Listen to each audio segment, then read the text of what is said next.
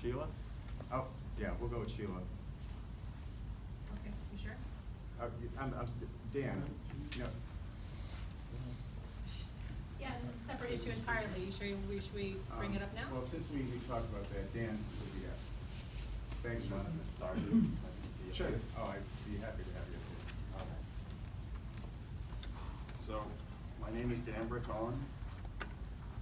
I've been a member of the West Stockbridge Fire Department since joining on January 18th, 2018. I've been an EMT since April of 2018. And I've also been friends with Eric for 20 years. So I'm in a pretty unique position with a unique perspective on everything that's occurred.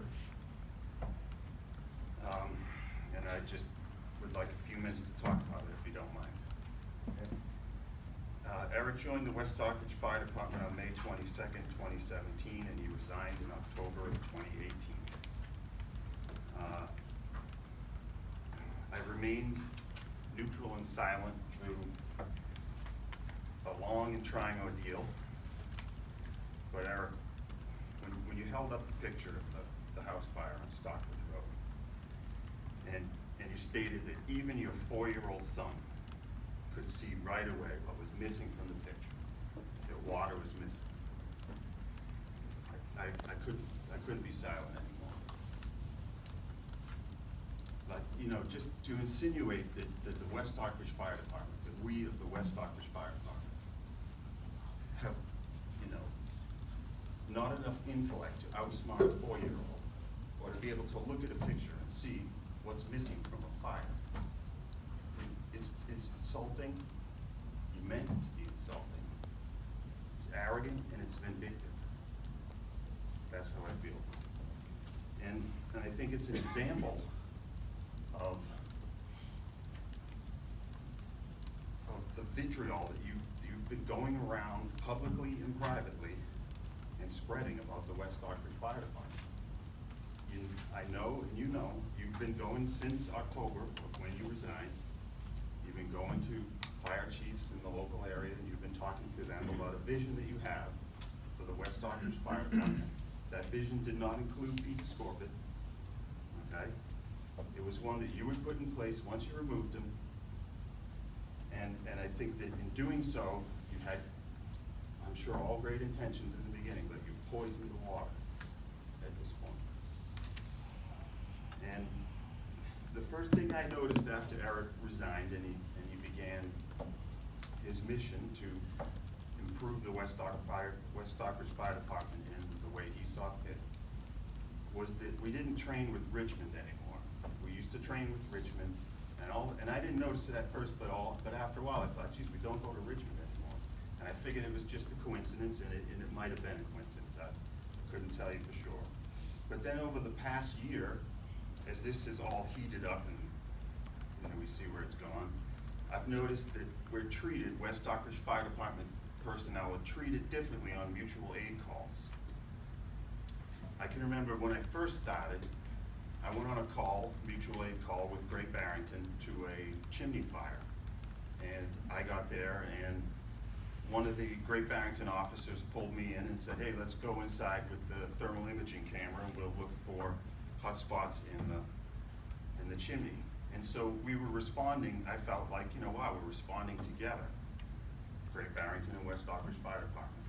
But over the past year, that's all changed. The mood, everything. You go on these calls now, and for example, I go on a call.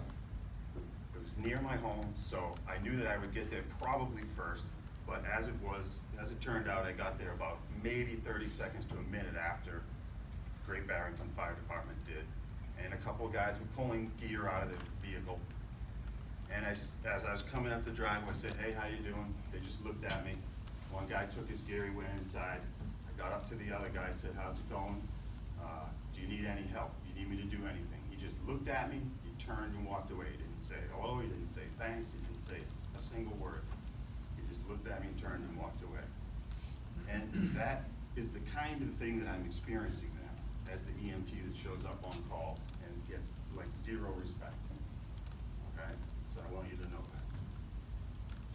A recent comment made online by a member of a neighboring town's fire department was in such poor taste that this person was forced to take it down by his superiors. So it's not just on the calls, but it's saturating everything. And I don't think I can consider this a coincidence anymore. This, you know, you've had a scorched earth approach to removing Peter Scorpitt from his position as fire chief, and you did it.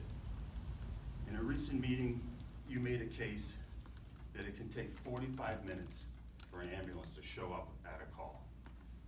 Now, that's true, but I've gone on a call where the call was on my very road, okay? And you get a very limited amount of information, and you're thinking about this as you drive there. Okay, how am I gonna deal with this situation? What's my first step? And I was incredibly shocked to see an ambulance pulling into their driveway ahead of me, and those guys jumped out and they ran in. So they just happened to be in the area. So I can hold up the 45 minutes to wait for an ambulance, and I can hold up the minute and a half or 2 minutes. It depends on what I'm trying to illustrate. That's what I want you to keep in mind. But the truth is that it's more in the middle.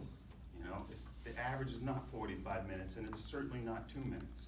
It's more in the middle. And I think I've been on this department for 2 years. You were on it for a year and 5 months, so I feel that I have an equal authority in, you know, in stating that fact as a fact. That is not the average 45 minutes. So,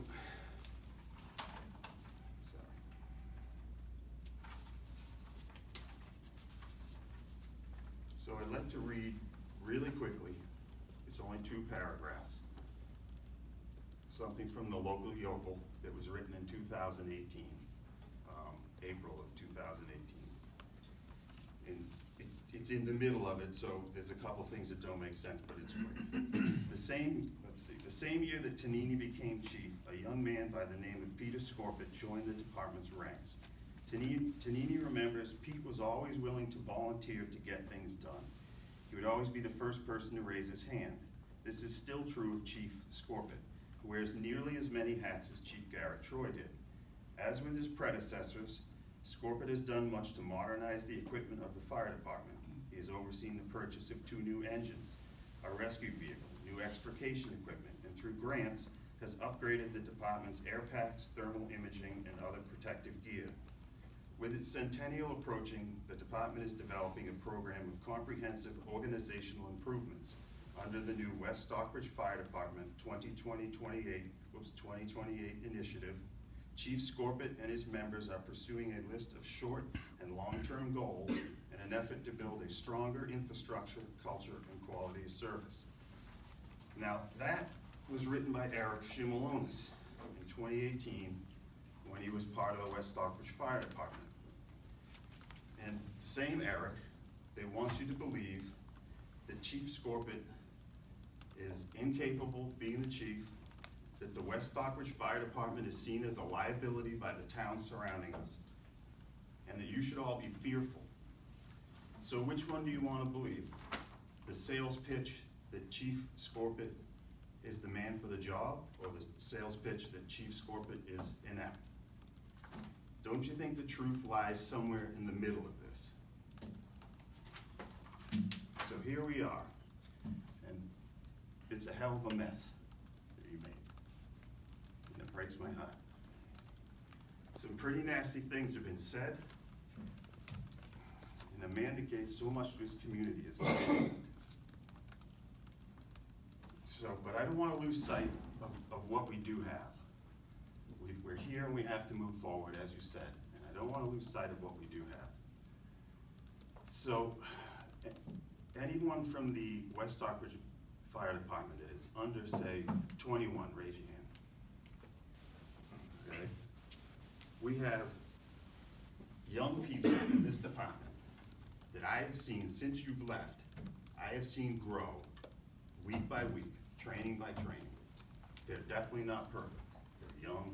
They need the same thing that other young people need. They need guidance, they need patience, they need to be mentored, and they don't need to be hit over the head constantly. They don't need to be worried about when they're gonna get criticized next. They cannot function with that kind of intensity on them. that goes for all of us in the West Stockbridge Fire Department, but you don't wanna lose these kids because they're passionate, as everyone is, but they're passionate. You don't wanna lose them. And I'm gonna close with this. Chief Traver has a lot of experience, and there's much that we can learn from him. Chief Traver in Richmond will help us now forge ahead and do the hard work of rebuilding our reputation. To all the folks in the room and the residents that possibly are listening at home, I'm not sure if that's the case, you can rest assured that the members of the West Stockbridge Fire Department take our roles and our responsibilities very seriously. Eric, moving forward, we're gonna move forward not because it's your way or the highway, okay? But because our passion is stronger than the insults and the criticism that you've imposed on us. All right, we'll move forward. That's all I want to say. Thank you very much. Thank you, Dan.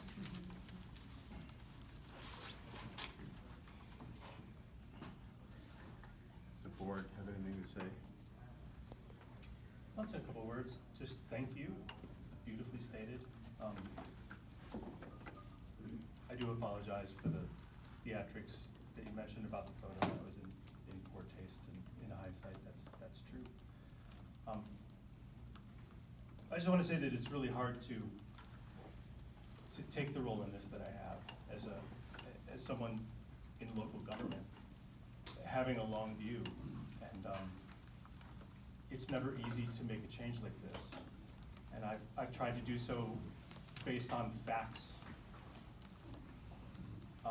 and based on industry standards and things, and I was not out in the world shooting my mouth off negatively about anything. There were communications with surrounding departments and just learning what their points of view are, but never was it talking, bad-mouthing anyone. And I do hope we can move forward, and I'm gonna take a very careful path forward and kind of stay out of the way of this. And just hope that time and the way things turn out shows us what's what, and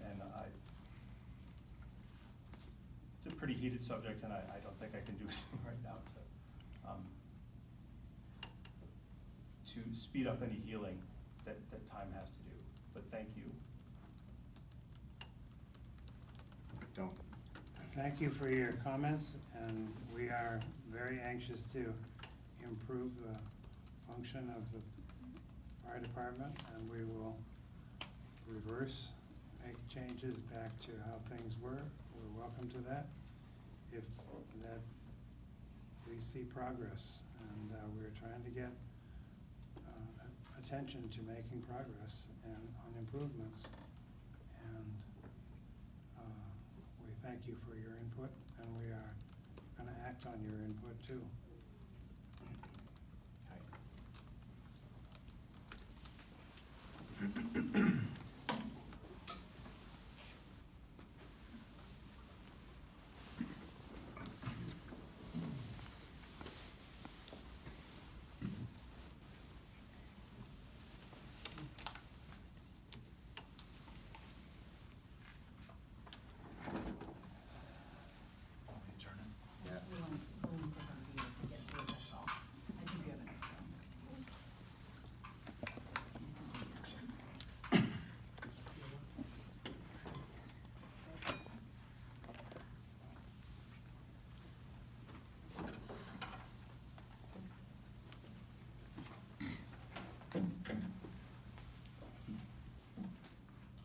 I'll apologize in advance. It's a very emotional thing for me.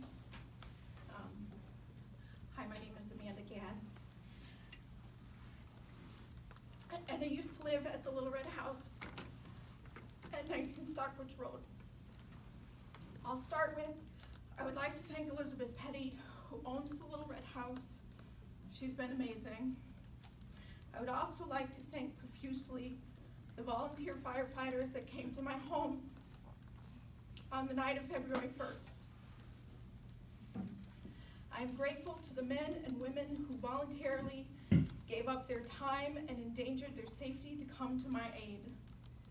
I would finally like to thank the West Stockbridge Police Chief and Sergeant Rosario for their work, time, and attention on my behalf.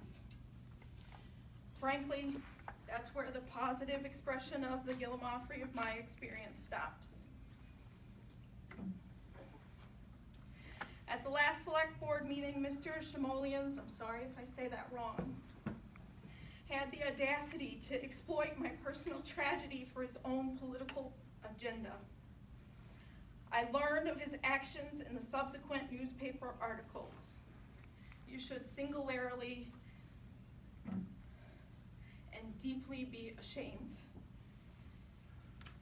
Any suggestions that your actions were for the betterment of the fire department or the town residents are exposed as a fictional excuse owing to the fact that you never once contacted Elizabeth or myself in any way prior to the last board meeting.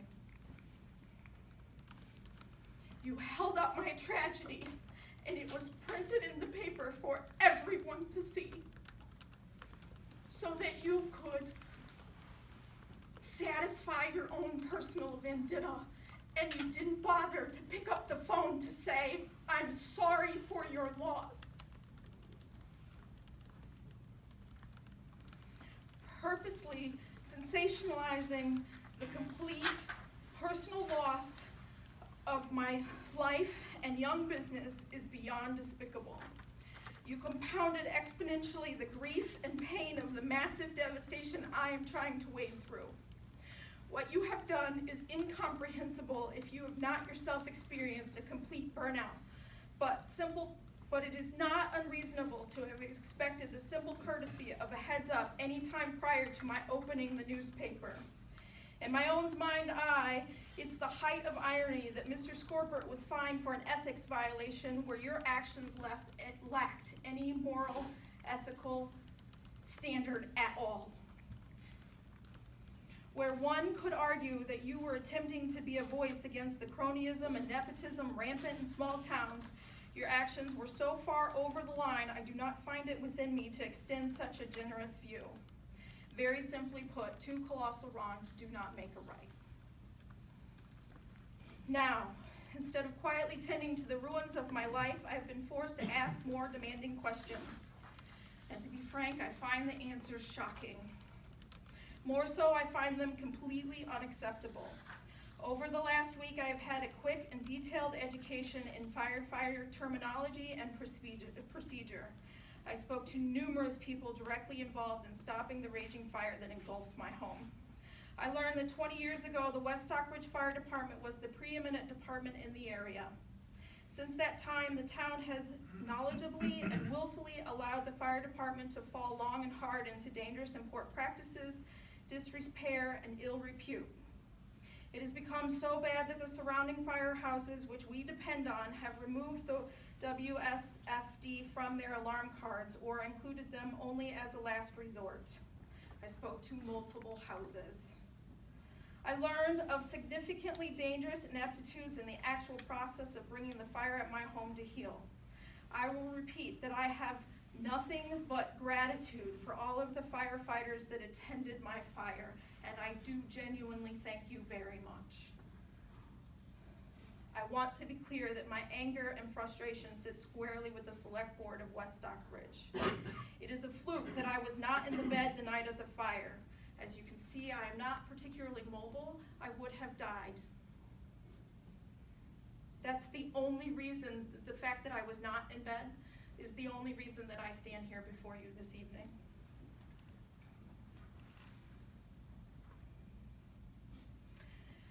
The board, your own audit, outlined the serious need for changes and improvements in the fire department, and you have completely failed to act on any improvements, even of your own suggested audits.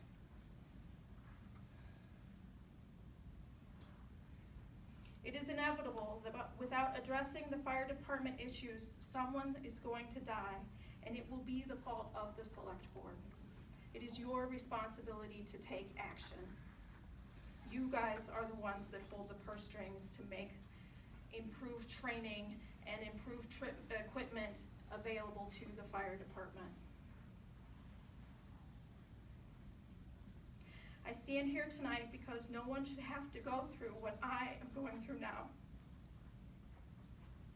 In a fire, minutes count. On the night of the fire, I can be heard begging for the fire trucks to come, imploringly asking where anyone was. Everyone says to me now that I was blessed, that they got my animals out. I lost everything but my animals, and I am the person that got my animals out.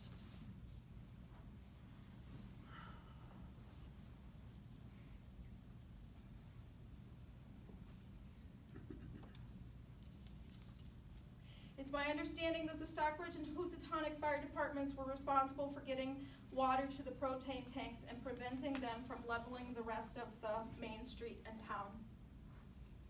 Their arrival was nearly an hour into the fight of my fire because the alarms were delayed. That is clearly on the record. Where I will not often put up a fuss for myself, I am a staunch and powerful advocate in the prevention of injustice for others. I would not choose to be standing here, but I cannot stand by and allow this to happen to anyone else in this town.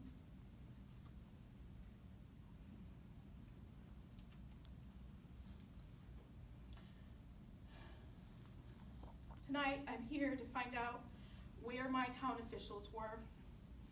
When will you start doing your jobs? I'm here to demand that you immediately take actionable steps to protect the people of this town. I would not choose to be standing here, but now that I've been forced to, I will be here until you make things right and safe for the people of West Stockbridge. Thank you. Thank you. Board, any comments? Feels like time is a little shifted, because this would have been a great way to lead. I think you've asked for action on this board that happened last week that is sort of the trauma that we're all living through and that we heard from Dan. We made a really difficult choice last week to make an administrative change in the fire department. And I mean, it sounds like you found out some things about your own incident that caused you some pause, and they caused the same pause in me after a year of some research and discussions on this board. I mean, this meeting's wild. Where's it gonna go next? But we'll keep talking. I think we've taken the action that you've asked for in your speech just now. But we'll keep in touch about that. We'll see how it all shakes out. I second that as far as taking the action. Everything we can do is going to be done from here on. And later tonight we'll be talking about the after-action review request, which will look at the previous more than one fire, to look at the processes to make sure that they're as good as they can be. You all set? I agree. Anyone have any comments, citizen-wise? Okay. Thank you, Amanda.